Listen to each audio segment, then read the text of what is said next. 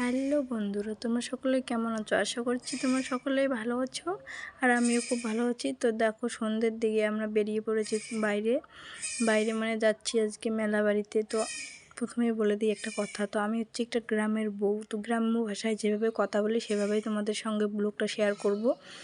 দেখো, এখানে মেলা বাড়িতে এসেছি। মেলা বাড়িটা মা দাইখাল কালী মন্দিরের মেলা। দেখো, এখানে মা আছে।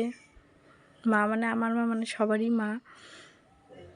এই তো সবারই মা, আমার একার মা না শুধু।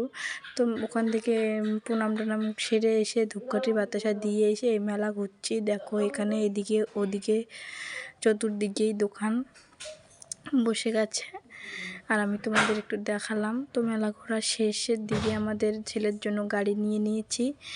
এখানে খেতে বসার জন্য কিছুটা ভিডিও করে নিয়েছি।